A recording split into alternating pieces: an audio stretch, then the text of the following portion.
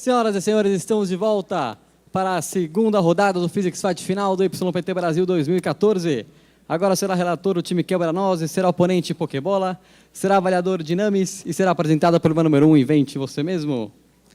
Sabe-se que alguns circuitos elétricos exibem comportamento caótico? Construa um circuito simples com essa propriedade e investigue o seu comportamento. A partir de agora, o time relator tem 12 minutos para fazer sua apresentação.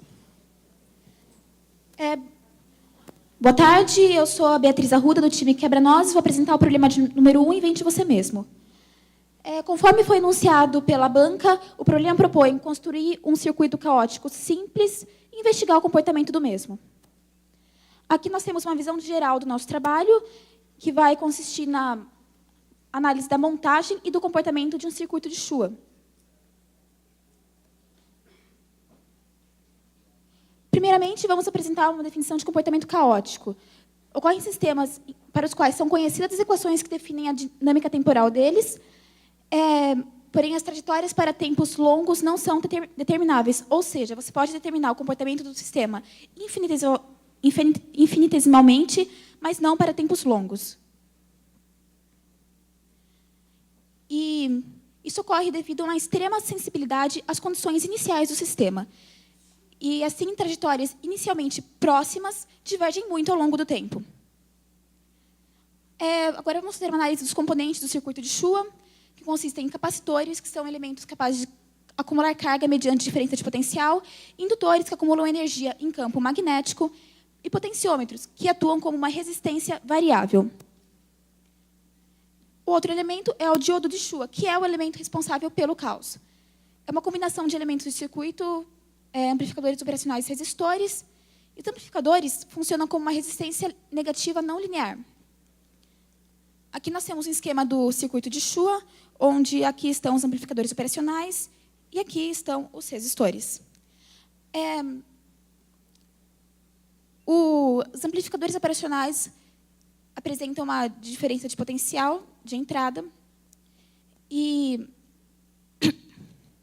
a passagem de corrente nessa direção.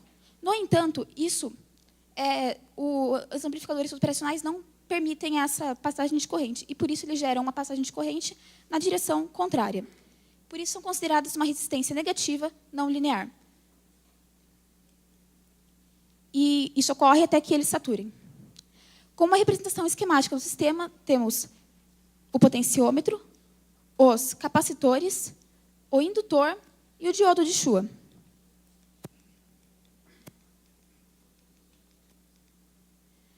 Para resolver as equações do sistema, utilizamos a lei de Kirchhoff, a lei dos nós e a lei das malhas.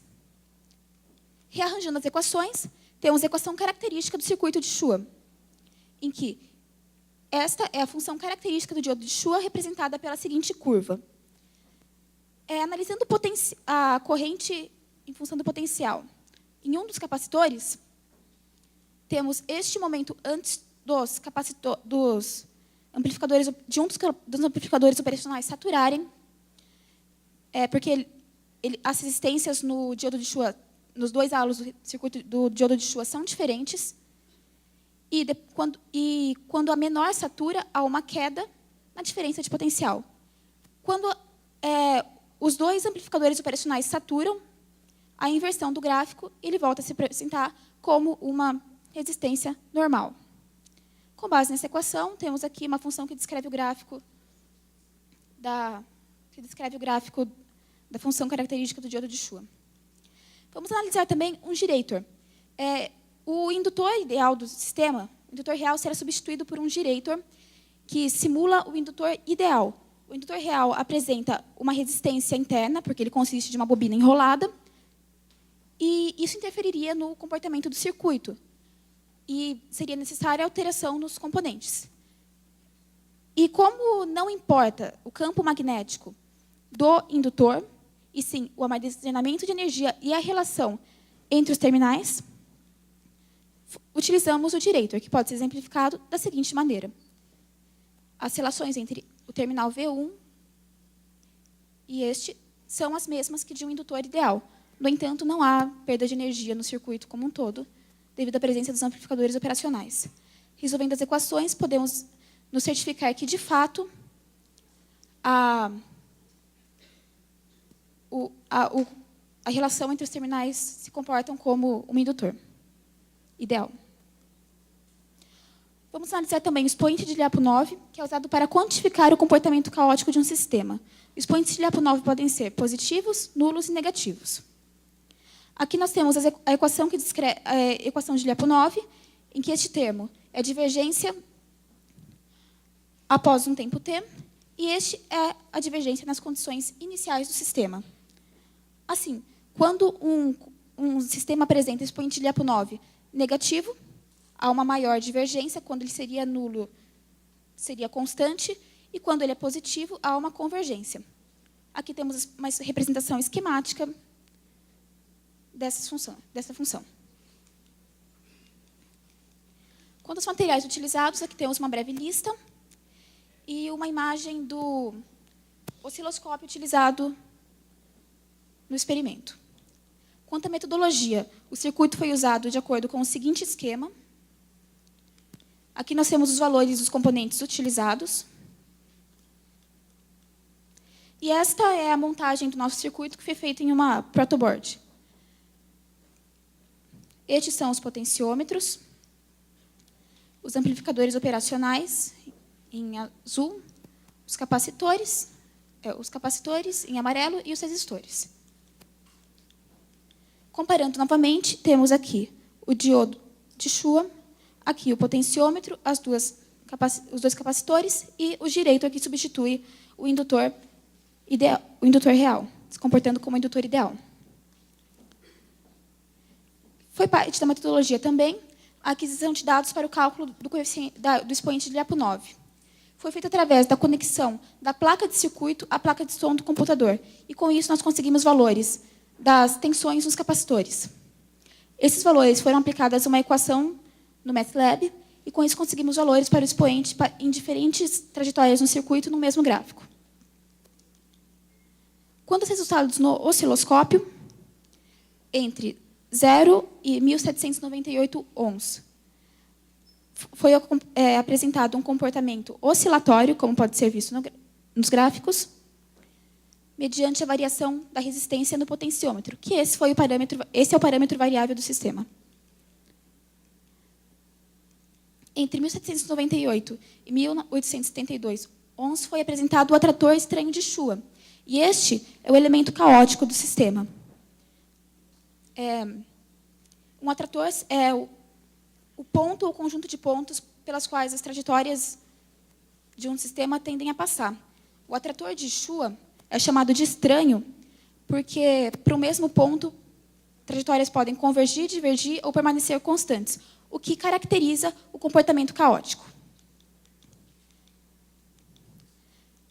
Entre 1872 e 1880 ohms, o gráfico voltou a apresentar comportamento oscilatório e, posteriormente, voltou a apresentar o atrator estranho de Shua com 2 eixos. Aumentando um pouco mais a resistência, entre 1911 e 1923 ohms, o atrator estranho de Shua voltou a aparecer, mas com apenas um eixo, o que se assemelha visualmente a um atrator do tipo Rosler. E entre 1923 e 1968 ohms, o gráfico voltou a apresentar um comportamento oscilatório. E, finalmente, para resistências acima de 1968 ohms, as tensões dos capacitores se apresentaram constantes e, por isso, o gráfico foi pontual, o que corresponde ao expoente de Lyapunov 0. Dos valores aplicados à equação no MATLAB, nós fizemos um teste para o gráfico obtido entre 1798 e 1872 ohms e conseguimos os seguintes valores do expoente de Lyapunov: um valor positivo, um valor nulo e um valor negativo, o que de fato era esperado para o sistema e caracteriza o comportamento caótico do mesmo. Para o valor positivo, as trajetórias divergem em relação a um ponto, para o nulo permanecem constantes e para o negativo convergem, para o positivo divergem, desculpe. E, para uma análise final, comparamos com uma simulação computacional usando um programa chamado Multisim. E, de fato, para todas as resistências utilizadas no programa, foram obtidos os mesmos gráficos obtidos com o osciloscópio. Esses são os gráficos obtidos com o multisim. Aqui é possível observar o comportamento periódico, o atetor estranho de Shua, o comportamento oscilatório, o atetor estranho de Shua com apenas um eixo, e, novamente, comportamento oscilatório. E, com base nisso, nós averiguamos que nosso experimento, de fato, estava conforme previsões teóricas e obtidas em simulações computacionais, e usamos o programa para variar a resistência em apenas 1 ohm, numa faixa em que é observado o comportamento caótico. E foi observado que as trajetórias divergem, mas depois tornam a convergir, o que mostra que o comportamento caótico desse sistema está contido na região de um espaço de fases determinado. As trajetórias não vão se afastar para sempre. E, como conclusões, podemos apresentar que o circuito de Shua é eficiente para gerar caos, uma montagem bastante simples e barata, como foi proposto pelo problema, e que pode apresentar diferentes comportamentos com base na variação de apenas um parâmetro, que é a resistência no potenciômetro. O diretor utilizado é eficiente na substituição do indutor, e foram obtidos bons resultados com o uso dele. As simulações no multisim, no simulador computacional, foram fiéis ao comportamento do circuito real. E o caos que ocorre no circuito de Shua não é uma completa desordem, ele acontece dentro de um espaço determinado. Isso é devido ao fato de que a energia fornecida ao sistema é finita. Com isso, eu encerro a minha apresentação. Essas são as minhas referências bibliográficas. E muito obrigada pela atenção.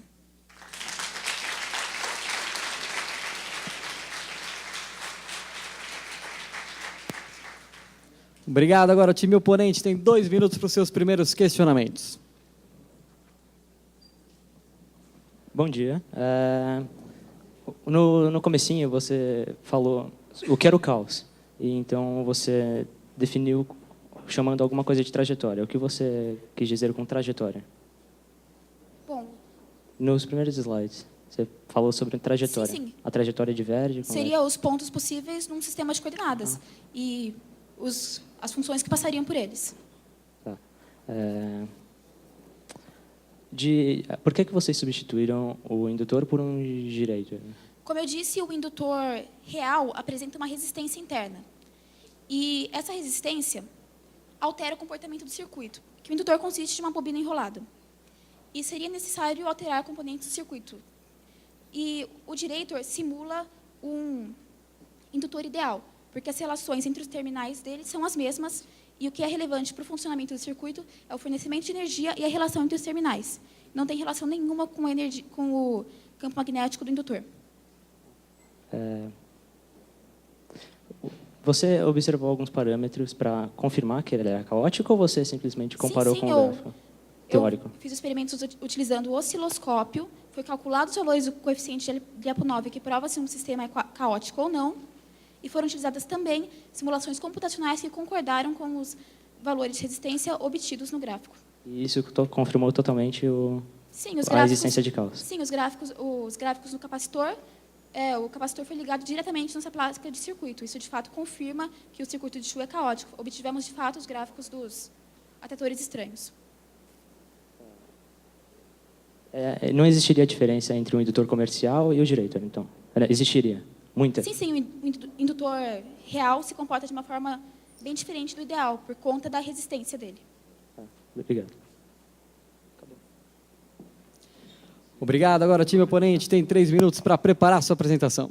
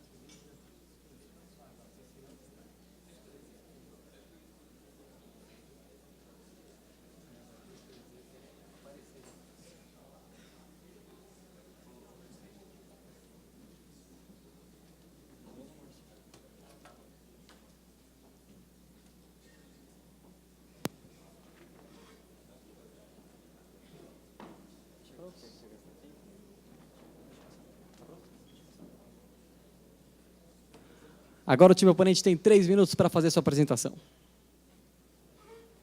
Bom dia, meu nome é Luiz Fernando e eu sou oponente do problema 1, Invente Você Mesmo. A relatora teve como pontos positivos a realização do circuito de Chua, que realmente apresenta um comportamento caótico, e ela mostrou o esquema de circuito bem completo e analisou separadamente cada componente. Além disso, ela falou sobre o expoente de Lyapunov, que tem bastante relação com o estudo do caos.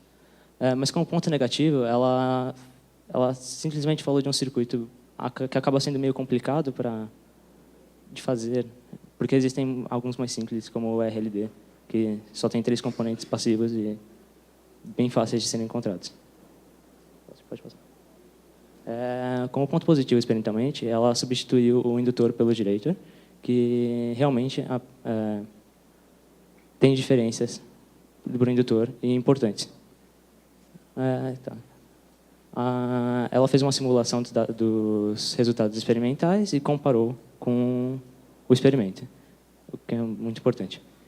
Mas como pontos negativos, ela só mostrou imagens estáticas e não dá para mostrar realmente como o circuito se comportava, qual o tempo de exposição do tempo que foi medido no osciloscópio. Ela colocou os gráficos teóricos separados, em slides separados dos gráficos experimentais, e não permitiu realmente a comparação, comparando as resistências, os gráficos com resistências iguais, e não dava para confirmar realmente. Eu não consegui ver se estava tudo de acordo.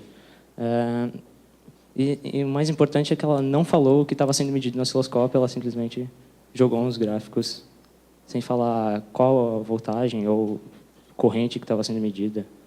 Não falou nada. E nas perguntas diretas, ela não falou por que o coeficiente de Lyapunov obrigatoriamente implica no caos, como os seus valores implicam no caos. É só isso. Obrigado.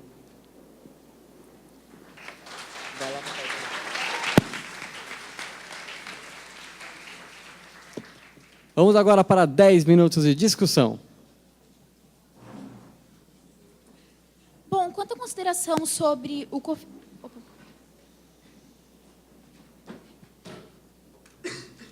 Quanto à consideração a respeito do coeficiente de Lyapunov, eu expliquei que as funções que mostram a divergência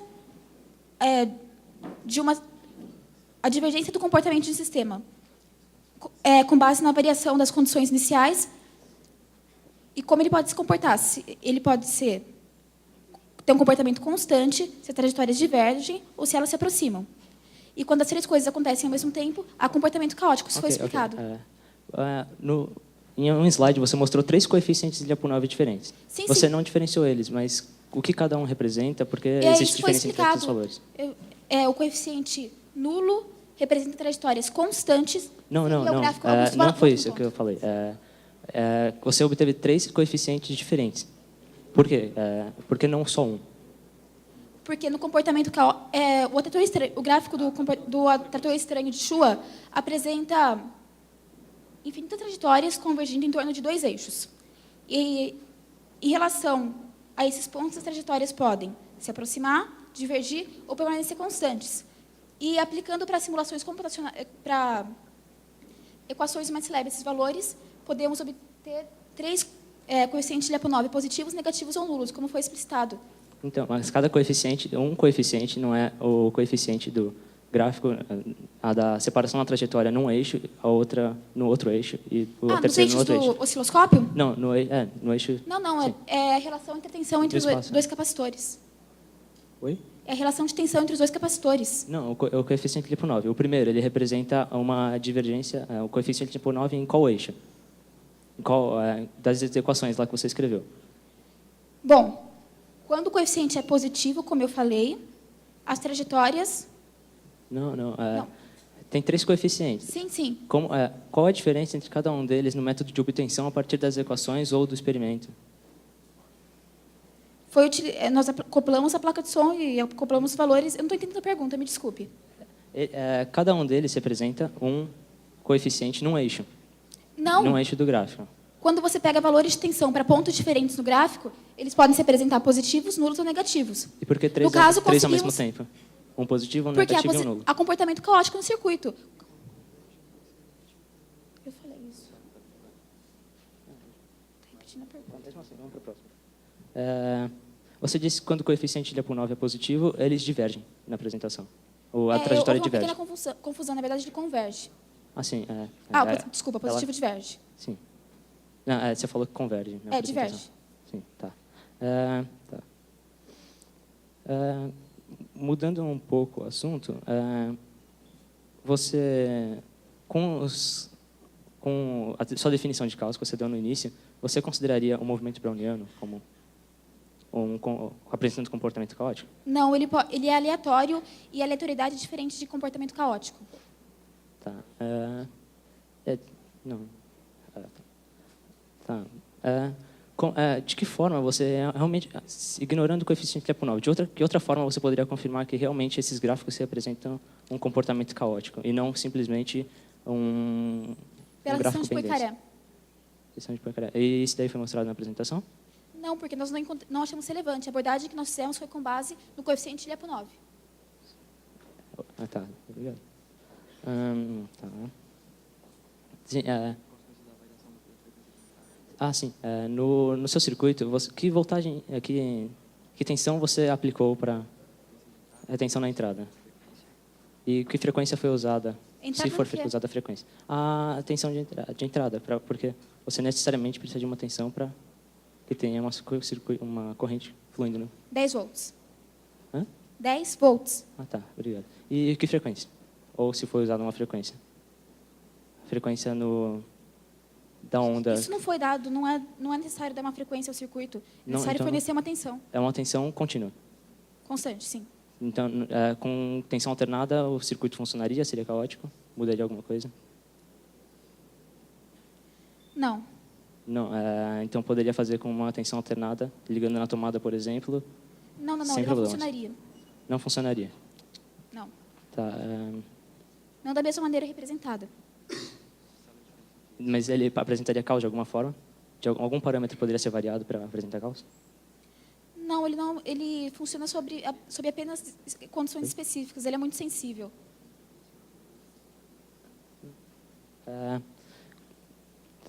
Vamos mudar um pouco de assunto.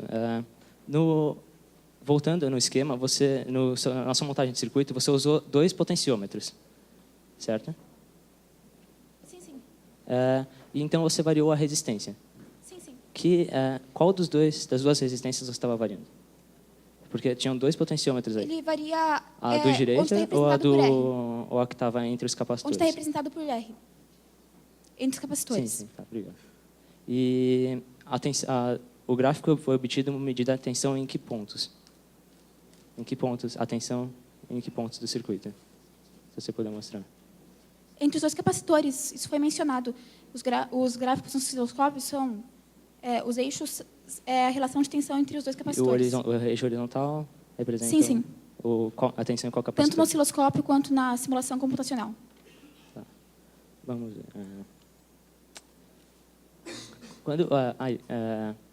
Quando você usa um diodo, você chama de diodo Chua. O diodo lembra um elemento que retifica a corrente e só permite a passagem em uma direção. O diodo de Chua permite o comportamento não linear do circuito. Mas ele lembra, o nome diodo lembra que ele lembra de um elemento que retifica a corrente só em uma direção e só deixa passar em uma direção. E o diodo de Chua só deixa passar a corrente em uma direção ou pode passar em Não, outra? como foi dito, a passagem de corrente em 2 direções diferentes. Por isso tem a questão da saturação dos amplificadores operacionais e da resistência negativa. Não. Tá. O direito, ele não apresenta nenhum tipo de resistência. É desprezível. É desprezível e a resistência do indutor comercial não é desprezível, é bem alta. Não é, porque ele consiste de um fio enrolado. Tem uma resistência do fio. Mas depende. Existem indutores reais específicos que podem sim apresentar um comportamento análogo ao esperado, porém eles são difíceis de serem encontrados e nós não conseguimos encontrar para a realização do circuito. A indutância que você usou foi muito alta? Ela precisa ser muito alta ou pode ser baixa? Porque se você pegar um indutor bem baixo, com resistência Ela é baixa, em torno de 20 miliamps. Isso é bastante.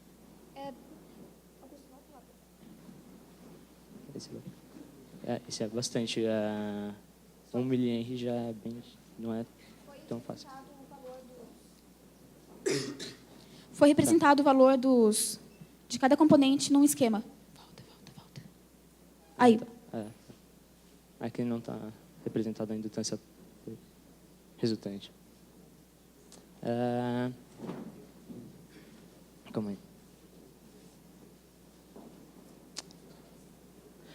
Você testou com resistência de 0 a 1900 e alguma coisa ohms. Se você aumentasse, por exemplo, para casa dos 100 kΩ, poderia apresentar o comportamento caótico? Não funcionaria, existe uma resistência limite, porque a energia do sistema para que ocorra comportamento caótico... Então quer dizer que se a resistência fosse muito alta, você não conseguiria medir nada? Ficaria constante. Foi medido que para resistências acima de 1978 ohms, a tensão se mostrou constante. Então, essa é a tensão limite. Acima disso, nem por exemplo, 10.000 ou 2.500 funcionaria. Não seria caótico. Não seria caótico. Nenhuma possibilidade, nem teoricamente. As tensões entre os capacitores seriam constantes. Não foi testado nem teoricamente para ver se... Foi testado teoricamente com simulações computacionais e com experimento. Obrigado. E foi observado o mesmo comportamento para a mesma faixa de resistência.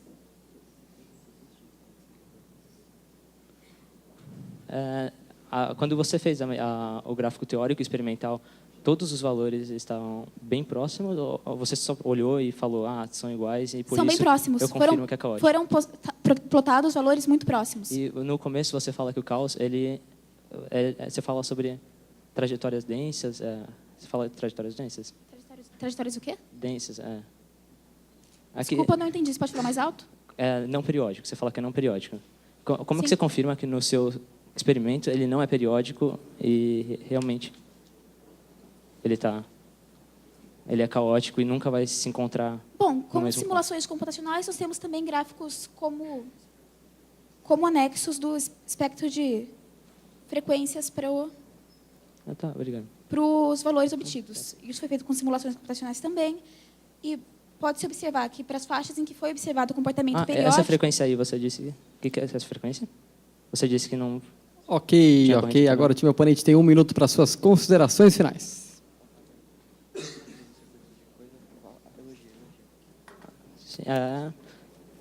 Bem, ela fez bem o circuito. Ela analisou, comparou os gráficos, mas realmente não confirmou que era periódico. Não tem como confirmar isso. Ela não confirmou nem teoricamente se era periódico. Não mostrou que, dando, por exemplo, um zoom, nenhum ponto ele voltava a iniciar. Mas foi boa a apresentação foi boa. Foi feita. O procedimento experimental foi bom. A simulação foi boa. E é só isso. Obrigado.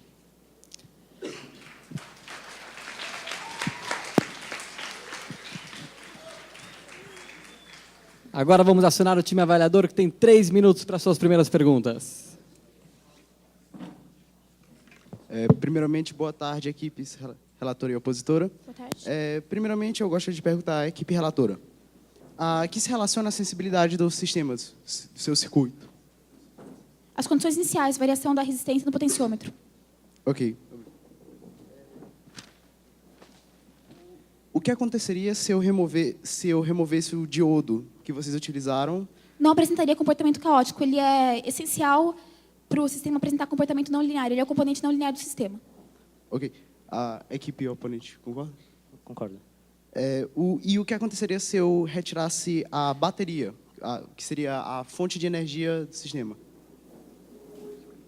Não aconteceria nada, não haveria corrente. A equipe oponente concorda? Eu concordo, mas ela não representou a bateria no esquema nem mostrou onde estava ligado. Se eu não me engano, você questionou sobre uma resistência muito grande no circuito e você respondeu, se eu não me engano, que teria uma tensão constante, certo? Tensão constante? Não, ela respondeu que teria, não observaria nada. Você não conseguiria medir nada. Perdão. Você falou na sua apresentação que o circuito dela era complexo. Você saberia me descrever como seria um mais simples circuito? Um RLD é um resistor, um diodo e um capacitor, e um indutor em série, ligados numa fonte de corrente. Muito obrigado. Agora o time avaliador tem 2 minutos para preparar a sua apresentação.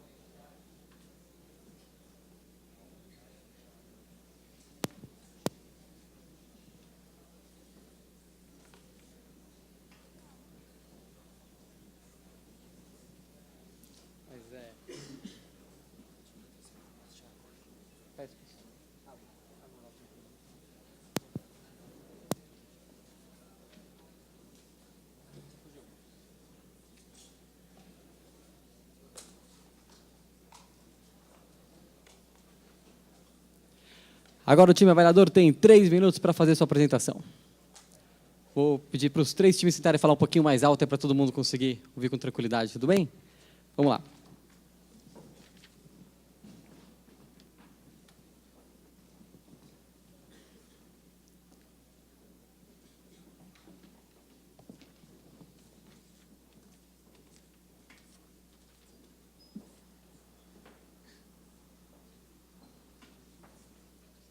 Boa tarde a todos. Eu sou o Pedro Jorge, eu vou ser o avaliador do problema número 1, em vez de você mesmo.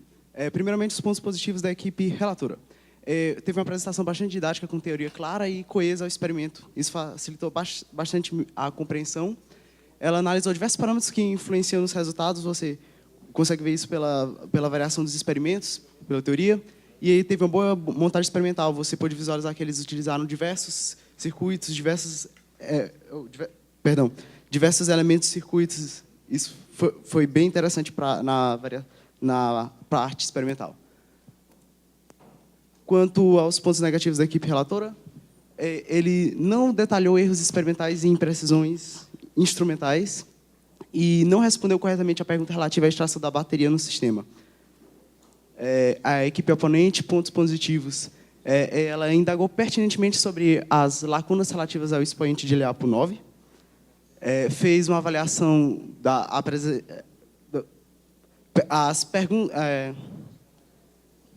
perguntas notáveis quanto às outras lacunas definidas pela equipe relatora e fez uma suposição do caso limite, que isso ajuda a compreensão. Também, um ponto negativo da equipe opositora foi que ela também não respondeu corretamente a pergunta com relação à extração da bateria na sessão de perguntas da equipe opositora à equipe relatora, ela restringiu algumas de suas perguntas às analogias entre o diodo, utilizado e um indutor. Que, no caso, como foi respondido pela equipe relatora, os indutores que você encontra no mercado teriam uma resistência. E enquanto à visão geral do FIGHT, o FIGHT foi muito bom, foi bem interessante a discussão do problema, e teve diversas perguntas centralizadas quanto ao experimento, até mesmo por causa da teoria, da sua complexidade. Muito obrigado pela atenção.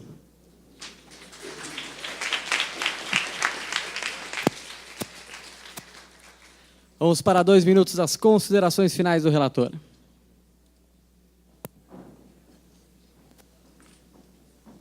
Bom, quanto à previsão teórica, foi feita com base no expoente de Lyapunov, que analisa o comportamento e trajetórias do sistema. As perguntas do ponente não mostraram clareza em diversos momentos, o que dificultou um pouco o FIGHT e o andamento do mesmo. E o expoente de Lyapunov é utilizado para determinar a admissibilidade e as condições iniciais do sistema, o que, de fato, foi verificado com o experimento. Quanto à pergunta referente à remoção da bateria, se ele falava da presença de energia nos capacitores quando fosse removida a bateria, na bateria, nos capacitores e no indutor, o sistema passaria a se comportar como um RLC, que é um oscilador amortecido. E é basicamente isso. Obrigada pela atenção.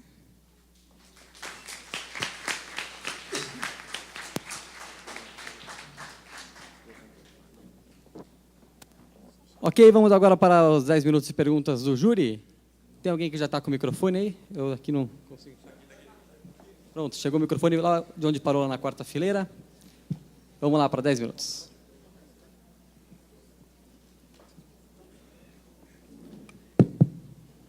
Oi, qual que você define como sendo o parâmetro que gera o caos e o que é as condições iniciais? As condições iniciais seriam a resistência no potenciômetro, e é o que é variado para gerar o caos. Para o relator, por que a partir de uma resistência de 1968 ohms acaba o caos? Porque a energia no sistema é finita. E a partir de uma resistência muito alta, não haveria energia suficiente para os capacitores e amplificadores operacionais se comportarem de modo a gerar caos. Para os relatores, qual a relação entre o número de coeficientes de Lyapunov que você obteve e o número de atratores que você obtém no seu espaço de fase do osciloscópio? Porque você mostrou os seus 3 coeficientes de Lyapunov, uma hora, e eu conseguia ver 2 atratores, certo? Então eu quero saber qual é a relação entre eles. Você diz eixos de atratores? Eu diria que não há relação. Que tanto quando há um ponto de atração no atrator estranho de Shua, quanto quando há 2 pontos de atração, você pode encontrar coeficientes de Lyapunov positivos, negativos ou nulos. Para a equipe relatora, eu gostaria que vocês me informassem qual foi a taxa de amostragem utilizada para aquisição de dados com a placa de som do computador e, em seguida, me colocassem o slide do seu anexo que mostra o espectro de frequências.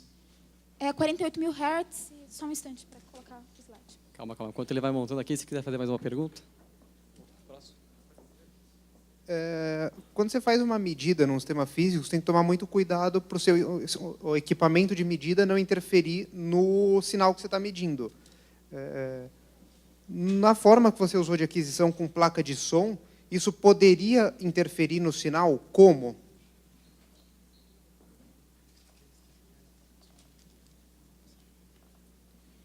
Poderia, mas como a resistência interna da placa de som do computador é muito grande, não haveria passagem de corrente por ela.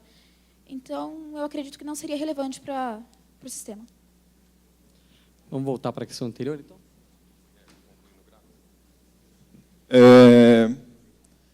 Por que vai até 50 kHz se a taxa de amostragem é de 48 kHz?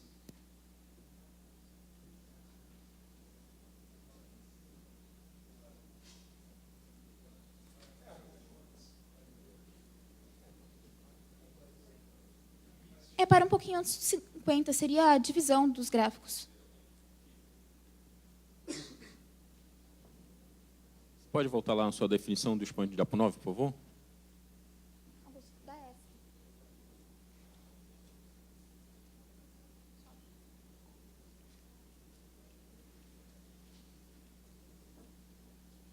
Tá, ok. Eu tenho uma pergunta. Essa definição utilizada é uma aproximação, ela não é rigorosamente utilizada. Ela é válida para tempos infinitamente pequenos que foram analisados com a simulação computacional e com a acoplação do sistema placa do computador. Ok, agora aqui. Olhando para a sua definição de expoente de APO9, a priori ele deveria variar com as suas variáveis dinâmicas. Então, como é que você consegue caracterizar apenas um expoente de APO9 para um regime que não tem caos e um regime constante e um regime que apresenta caos? Como é que você conseguiu quantificar apenas 3 expoentes para 3 regimes, sendo que ele varia de forma... ele varia com o conjunto das variáveis dinâmicas? Não podem ser apresentados diferentes valores do coeficiente de LEPO9. Isso foi apenas para, ao mesmo tempo, isso foi apenas para demonstrar que você encontra expoentes de LEPO9 que mostram 3 comportamentos diferentes da trajetória do sistema. Ok. Podem sim ser outros fatores. Uma outra pergunta aqui para a equipe avaliadora. Eu gostaria que vocês me informassem qual é a importância dos erros experimentais na geração dos atratores.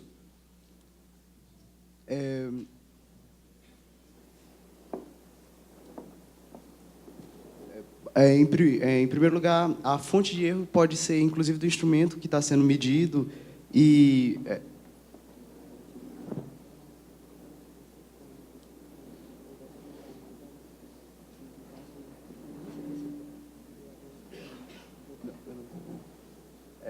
no caso, por causa disso, dessa interferência que há, pode haver um desvio do comportamento caótico do sistema.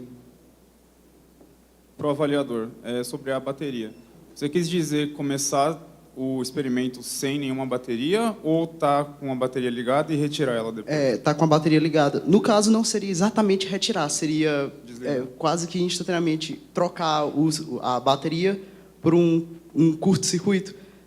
Isso faria, como haveria capacitores no sistema, o comportamento caótico ainda demoraria para terminar. Ele não instantaneamente zeraria, acabaria.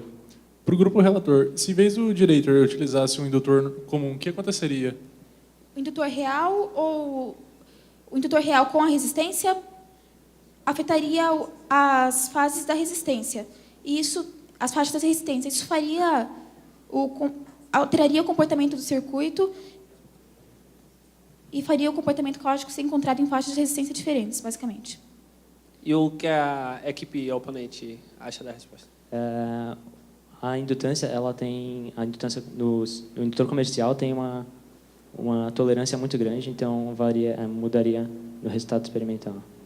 Não poderia ser comparado os gráficos, porque a indutância testada teoricamente seria muito diferente da experimental. Eu queria fazer 2 perguntas, mas são bem simples para a equipe relatora. O que é um diodo simples, um diodo comum, e o que é indutância? O diodo... Um diodo, sem ser o diodo de Shua, um diodo. Sem conceitos complexos. O diodo comum só deixaria a corrente passar em uma direção, diferentemente do diodo de Shua. E indutância?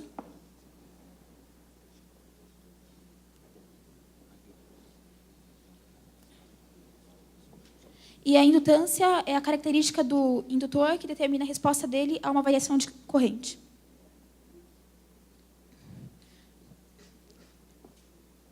Olha, eu queria fazer uma pergunta, deixando de lado toda essa parte teórica que vocês expuseram, existem aplicações práticas em vários ramos da ciência do circuito de Shua?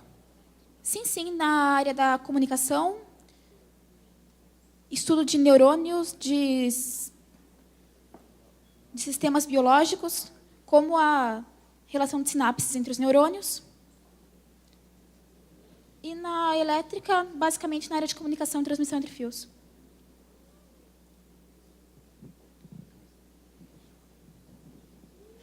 Para a equipe oponente, em algum momento vocês perguntaram para a equipe relatora o que acontece quando você passa uma corrente contínua ou alternada por um circuito que tem comportamento caótico. O que acontece quando a corrente é alternada, o que acontece quando a corrente é contínua e, adicionalmente, se eu acrescentar mais um termo não linear no meu circuito, o que acontece também?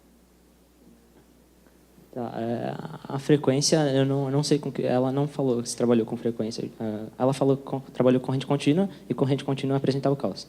Com corrente alternada, eu nem sei onde ela ligou a fonte de tensão no circuito, então não posso dizer. Isso. E se tivesse mais um termo linear, as condições iniciais para ocorrer caos mudariam. Talvez ele apresentasse caos também. A equipe relatora, me dá mais detalhes de como é que vocês mediram, a partir daqueles gráficos no osciloscópio, esses expoentes de Lyapunov, por favor. A placa de circuito foi conectada à placa de som do computador. E, com base nisso, nós conseguimos valores de tensão e que foram importados para o MATLAB e aplicados a um programa que a gente escreveu para calcular o expoente de Lyapunov. Nós conseguimos valores com as 3 características. Mas, complementando, então, você parece ter uma relação entre duas trajetórias, certo? Você tem que selecionar as trajetórias. Que critério é esse que você usa para selecionar? Não. Começou concordando comigo, depois não. Desculpa, eu não entendi a pergunta. Pelo que eu estou entendendo da sua exposição desse expoente de Lyapunov, você tem que escolher 2 pontos e ver como eles evoluem, certo? Sim, sim. Como é que você faz essa escolha para calcular vários expoentes de Lyapunov diferentes nos mesmos dados? Bom, Como é que você separa? Mais geometricamente, como é que eu olho e falo, esses 2 têm a ver com esse expoente de Lyapunov, esses outros 2 têm a ver com outro?